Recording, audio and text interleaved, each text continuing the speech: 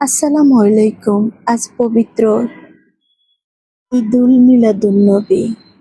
আজ সেই মহিমান্বিত দিন, যেদিন মক্কায় পবিত্র ভূমিতে জন্মগ্রহণ করেছিলেন আমাদের প্রিয় নবী হযরত মুহাম্মদ সাল্লাল্লাহু আলাইহি সাল্লাম।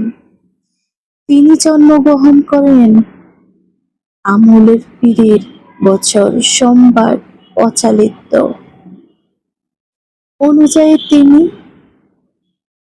১২ই রবিউল আউয়াল জন্মগ্রহণ করেন।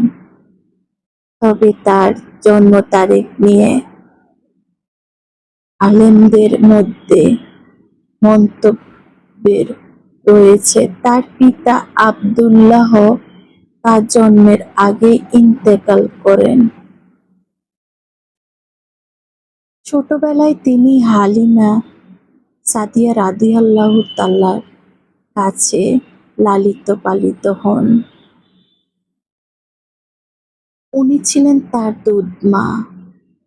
পরে মা আমিনা রাদিয়াল্লাহু তার দাদা আব্দুল মুত্তালিব পর চাচা আবু তালিব তার দেখাশোনা করেন।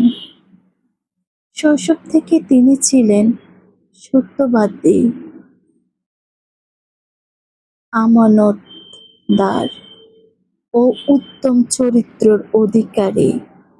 মক্কায় মানুষ তাকে ভালোবাসে আল আমিন বিশিষ্ট নামে ডাকত।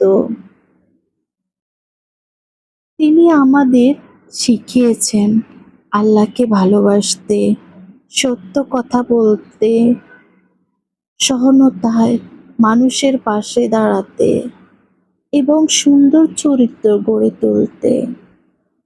হে আল্লাহ, আমাদের প্রিয় নবী হযরত মুহাম্মদ সাল্লাল্লাহু আলাইহি সাল্লামের সুন্নত অনুযায়ী জীবন যাপন করার তৌফিক দান করুন।